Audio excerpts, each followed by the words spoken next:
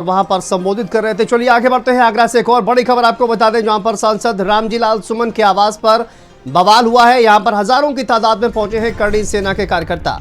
Police और करणी सेना के बीच जमकर मारपीट हुई है। मारपीट में कई पुलिसकर्मी गंभीर रूप से घायल भी हुए हैं, ये बताया जा रहा है। इंस्पेक्टर हरि पर्वत, आलोक कुमार सिंह भी घायल हुए हैं। आवास के बाहर गेट तोड़ा गया और इसके बाद पुलिस ने लाठीचार्ज किया। तो पुलिस और करणी सेना के बीच जमकर मारपीट हुई है। देखिए, सांसद रामजी लाल सुमन के आवास के बाहर ये बवाल देखने को मिला है, जिसमें पुलिस और करणी सेना के जो तमाम कार्यकर्ता हैं वो आपस में ही भिड़ते हुए नजर आए हैं। पुलिस रोकने का प्रयास कर रही थी और जिस तरह से रामजी लाल सुमन का जो बयान है उसी को लेकर ये पूरा बवाल देखने को मिल रहा है। आवास के बाहर गेट को तोड़ा गया है। आगरा से खबर सामने आ रही है। सांसद रामजी लाल सुमन के आवास पर ये बवाल देखने को मिला है। हजारों की तादाद में पहुंचे हैं करणी सेना के कार्यकर्ता और इसके बाद वहां पर तोड़फोड़ की गई है। पुलिस ने रोकने की कोशिश की। पुलिस के साथ भी तमाम जो कार्यकर्ता हैं वो भिड़ते हुए नजर आए। तस्वीरें आप देखिए आगरा से सामने आ रही हैं, किस तरह से करणी सेना के जो कार्यकर्ता हैं वो पहुंचे हुए थे। और देखिए, राणा सांगा को लेकर उनका जो बयान सामने आया है, संसद में उनका बयान, जिसके बाद से लगातार विरोध किया जा रहा है। और इसी क्रम में आप देखिए पहुंचे हुए थे करणी सेना के जो तमाम कार्यकर्ता हैं। गाड़ी पर सवार होकर करणी सेना के कार्यकर्ता पुलिस रोकने का प्रयास कर रही है। बैरिकेड लगाकर पुलिस ने रोकने का प्रयास किया और इसके बाद जमकर बवाल वहां पर देखने को मिला है। पुलिसकर्मी भी इस पूरे तोड़फोड़ में घायल हुए हैं। देखिए, गेट को तोड़ते हुए ये करणी सेना के जो कार्यकर्ता हैं, क्योंकि बयान की वजह से जो ये पूरा बवाल है वो मचा हुआ है। और जिस तरह से रामजी लाल सुमन का बयान आया है उसके बाद से ही लगातार करणी सेना के जो कार्यकर्ता हैं वो आप देखिए प्रदर्शन करते हुए नजर आ रहे हैं। हजारों की संख्या में करणी सेना के कार्यकर्ता पहुंचे हुए हैं। सांसद रामजी लाल सुमन के आवास के बाहर ये तोड़फोड़ की गई है। गाड़ियां तोड़ी गई हैं, शीशे आप देखिए, तस्वीरें देख सकते हैं किस तरह से कई गाड़ियों में तोड़फोड़ की गई है। और सांसद रामजी लाल सुमन के आवास के बाहर की ये जो तस्वीरें हैं, बड़ी संख्या में यहाँ पर पुलिस बल की तैनाती।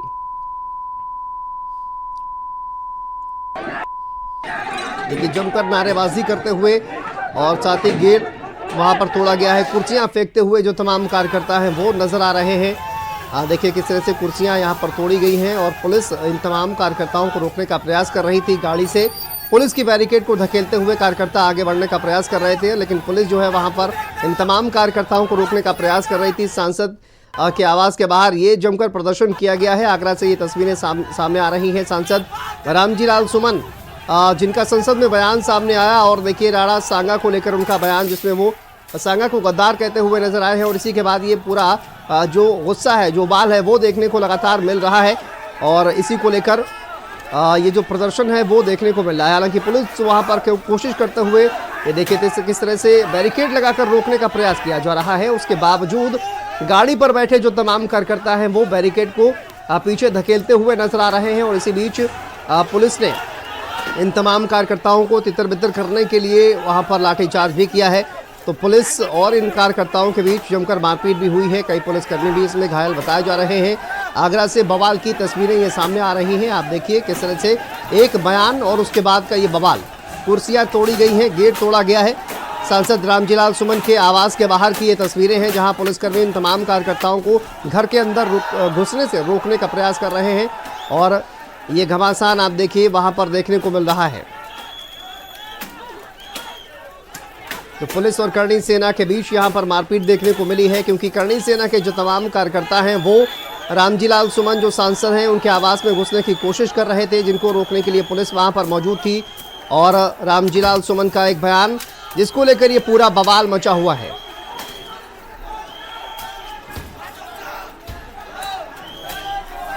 देखिए, कार्यकर्ताओं को पकड़ा भी वहां पर गया है और कार्यकर्ताओं को भगाने के लिए वहां पर पुलिस ने लाठियां भी भाजी हैं। वहीं पर आप हालत देखिए किस तरह से जो तमाम कुर्सियां हैं वो पूरी तरह से तोड़ी गई हैं, चकनाचूर की गई हैं, गाड़ियों में तोड़फोड़ की गई है। ये देखिए कार्यकर्ता किस तरह से गाड़ियों में तोड़फोड़ करते हुए, कांच तोड़ते हुए आपको दिखाई दे रहे हैं। वहीं पुलिस बैरिकेड से रोकने का प्रयास कर रही है। संवाददाता राज यादव हमारे साथ जुड़ गए हैं आगरा से। राज, अभी वहां पर क्या स्थिति है? क्योंकि तमाम जो कार्यकर्ता हैं वो लगातार हंगामा कर रहे थे, पुलिस के साथ उनकी झड़प भी हुई है, कई पुलिसकर्मी भी घायल हुए हैं, क्या जानकारी है? जी बिल्कुल, देखिए जिस तरीके से किया था तो कहीं न कहीं उसमें थाना प्रभारी हरि पर्वत भी घायल हुए हैं। अब बाद यहाँ पीएससी फोर्स भी तैनात कर दिया गया है। की कोशिश रही थी कि उन्हें रोका जाए, लेकिन कहीं न कहीं उन्होंने भारी संख्या में यहाँ आकर के वो तोड़फोड़ मचाई थी। समाजवादी पार्टी के कार्यकर्ता हमारे साथ मौजूद है, उनसे ही बात कर लेते हैं। किस तरह की तोड़फोड़ की गई है? इस तरह की, जिस तरह से एक आतंकवादी टाइप के कुछ लोग होते हैं, वो किसी के घर पर हमला करते हैं, उस तरह का एक अराजकता का माहौल यहाँ था। और यहाँ से कुछ मीटर दूर ही माननीय मुख्यमंत्री उत्तर प्रदेश की एक सभा आयोजित है, वो आए हुए हैं। उनकी प्रेजेंस में, उनके रहते हुए पूरे गुंडों की तरह और संग्राम बिल्कुल यहाँ समाज कॉलोनी में। ठीक है राज, वापस आएंगे आपके पास। हमारे साथ समाजवादी पार्टी के प्रवक्ता अनुराग भदौरिया जी जुड़ गए हैं। अनुराग जी, जिस तरह की तस्वीरें हैं और हंगामा किया गया है सांसद रामजीलाल सुमन के आवास के बाहर, क्योंकि उनका एक बयान सामने आया राणा सांगा को लेकर, क्या कहेंगे आप? देखिए, इस देश में लोकतंत्र है, न्यायपालिका है, संविधान है। देश संविधान और न्यायपालिका से चलता है। कोई अगर गलती करता है तो उसको सजा देने का अधिकार कानूनी प्रक्रिया है, न्यायपालिका है। सजा कोई भीड़ तंत्र तो देगी नहीं। अगर इस तरह से सजा देने लग जाएंगे तो फिर संविधान और न्यायपालिका का मतलब क्या होगा? तो ये इस तरह की जो कार्रवाई है, ये देश के लिए ठीक नहीं है। इस तरह तो हर कोई व्यक्ति अपने हाथ में न्याय करने लगेगा जी। हर व्यक्ति न्याय देने की हिम्मत जुटा लेगा। हर व्यक्ति सोचेगा हम न्याय करेंगे, और वो न्याय कर रहा है कि नहीं कर रहा है, ये तो ठीक नहीं है ना। देश में कोई भी गलत करता है तो उसको सजा देने के लिए न्यायपालिका है, कानून है, संविधान है। फिर तो इसका कोई मतलब ही नहीं होगा ना। बिल्कुल, आपने सही कहा अनुराग जी की देखिए इस तरह से न्याय नहीं मिल सकता। लेकिन इस तरह का बयान भी देने की क्या जरूरत थी? गद्दार कहना या इस तरह का बयान, मतलब तो जी मैं आपसे कह रहा हूं कि कोई गलती करेगा, जैसे मैंने बोला भी कि भाई राणा सांगा एक महान योद्धा थे, इसमें कोई दो राय नहीं है। बाबर ने भी अपने बाबरनामा में लिखा कि राणा सांगा एक महान योद्धा थे, इसमें कोई शक है ही नहीं, पूरा हिंदुस्तान जानता है। लेकिन ये भी तो सही नहीं है कि इतिहास के पन्ने ज्यादा पलटते जाएं। अगर ज्यादा पलटेंगे तो कई बार ऐसा भी तो होगा ना कि कुछ गलत चीजें भी आएंगी जो हमें तकलीफ देंगी, तो उसको नहीं पलटना चाहिए भाई। इसलिए हम चाहते हैं कि कुछ चीजें हैं जो इतिहास के पन्ने ना ही पलटे तो ज्यादा अच्छा है। लेकिन लोकतंत्र में ये जिम्मेदारी सरकार की होती है, कोई कानून अपने हाथ में ना ले पाए। ठीक है सर, वापस आएंगे आपके पास। डिम्पल यादव क्या कुछ कह रही है, चलिए सुनते हैं। संपर्क भी करते हैं शासन और प्रशासन से, तो ये शासन प्रशासन वाले समय पर नहीं पहुंचते हैं, जानबूझ के नहीं पहुंचते हैं, और कहीं ना कहीं ये सरकार द्वारा कराई हुई पूरी हरकत है। मैम, लेकिन राणा सांगा को लेकर जो टिप्पणी उन्होंने की है, लगातार मांग ये उठ रही कि समाजवादी पार्टी भी कोई कार्रवाई करे, बीजेपी और सेना जैसे दल जो है वो मांग रही है। बीजेपी वाले क्या मांग कर रहे हैं? उनके ऊपर कोई बीजेपी के क्या नहीं, बीजेपी वाले आपने कहा ना मांग कर रहे हैं, क्या मांग कर रहे हैं बीजेपी वाले? कोई मांग नहीं कर रहे हैं, वो बीजेपी वाले कोई मांग नहीं कर रहे हैं। और जो फ्रेजाइल एलिमेंट्स हैं सोसाइटी के, वो इस तरह की हरकतों को अंजाम देते हैं, और भाजपा, भारतीय जनता पार्टी वाले लोग और सरकार इन लोगों का सपोर्ट करते हैं। Thank you. तो सांसद डिम्पल यादव को आपने सुना, उन्होंने कहा कि भारतीय जनता पार्टी के जो लोग हैं, भारतीय जनता पार्टी पर सीधा आरोप लगाते हुए जो समाजवादी पार्टी की सांसद हैं डिम्पल यादव, वो कहती हुए नजर आ रही हैं कि वो ही लोग इस तरह के काम करवा रहे हैं। अनुराग जी, डिम्पल यादव भी भारतीय जनता पार्टी पर हमलावर हो रही हैं। वो साफ तौर पर कह रही हैं कि ये जो अराजक तत्व हैं कुछ समाज में, वो इस तरह की हरकतें करने का काम करते हैं और सब भारतीय जनता पार्टी करवा रही है। लेकिन बिल्कुल सरकार भारतीय जनता पार्टी के ऐसे लोगों को पकड़े ऐसे लोगों को जो समाज के अंदर में इस तरह का माहौल पैदा कर रहे हैं, वो सजा देने की कानून अपने हाथ में ले रहे हैं। कानून को अपने हाथ में लेने का अधिकार किसी को नहीं है। इसीलिए कहते हैं कि देश के अंदर में भारतीय जनता पार्टी की जो कानून व्यवस्था है वो पूरी तरह से लचर है। बिल्कुल अनुराग जी, और आपने भी माना कि इतिहास के पन्ने ज्यादा नहीं पलटने चाहिए, और सांसद रामजीलाल सुमन का ये जो बयान था, कहीं ना कहीं ये उनको नहीं देना चाहिए था। जिस तरह से उन्होंने कहा है कि गद्दार, राणा सांगा को गद्दार बताया, तो ये लोगों की भावनाएं तो आहत हुई हैं। अनुराग भदौरिया जी, देखिए, लोगों की मैं आपकी बात मान लूं तो इसका मतलब नहीं है कि कानून आप अपने हाथ में ले लेंगे। आप विरोध प्रदर्शन करेंगे तो एक लोकतांत्रिक तरीका भी तो होता है ना किसी के प्रति नाराजगी व्यक्त करने का। बिल्कुल। तो आप ये थोड़ी कि आप तोड़ फोड़ पे उतर आएंगे, हिंसक हो जाएंगे, फिर हिंदुस्तान पे फिर न्यायपालिका क्या करेगी, फिर सरकारें क्या करेंगी, फिर यहाँ कानून क्या करेगा? तो ऐसे तो देश नहीं चलता ना। देश अगर इस तरह से हो जाएगा तो सभी वर्ग के लोग, सभी धर्म के लोग न्याय खुद ही करने लग जाएंगे। तो ये तो ठीक नहीं है ना। कानून अपने हाथ में लेने का अधिकार किसी को नहीं है। ऐसे लोगों पर सरकार को कार्रवाई करनी चाहिए कि जो लोगों ने। बीजेपी प्रवक्ता समीर सिंह जी हमारे साथ जुड़ गए हैं। समीर जी, बहुत स्वागत है आपका। देखिए, समाजवादी पार्टी ये कह रही है, डिम्पल यादव जी अभी ये कह रही थी कि भारतीय जनता पार्टी ये सब करवा रही है। करणी सेना के कार्यकर्ता वहां पर पहुंचे हुए थे, लेकिन इसके पीछे भारतीय जनता पार्टी का हाथ है और आप ही लोग ये करवा रहे हैं। साहब, ये न्याय इस तरह से नहीं मिलेगा, प्रदर्शन करने से, कुर्सियां तोड़ने से या फिर किसी के घर पर हमला करने से। समीर जी। नहीं, देखिए, हमला और हिंसा का स्थान लोकतंत्र में नहीं है जी, लेकिन डिम्पल यादव जी को ये जवाब देना चाहिए कि उनके पार्टी के सांसद रामजी लाल सुमन ने देश के महान सपूतों का अपमान क्यों किया, उनको औरंगजेब और गजनी क्यों प्रिय लगते हैं। और अखिलेश यादव ने तो 2 कदम आगे बढ़ के उस पर बयान दे दिया। उनको अपने सांसद पर कार्रवाई करनी चाहिए। उसके बदले उन्होंने कहा कि शिवाजी का तिलक तो पैर के अंगूठे से हुआ था। तो कहीं न कहीं रामजी लाल सुमन और अखिलेश यादव दोनों सनातन का अपमान कर रहे हैं। और लोकतंत्र में सबको अपनी बातें कहने का अधिकार है।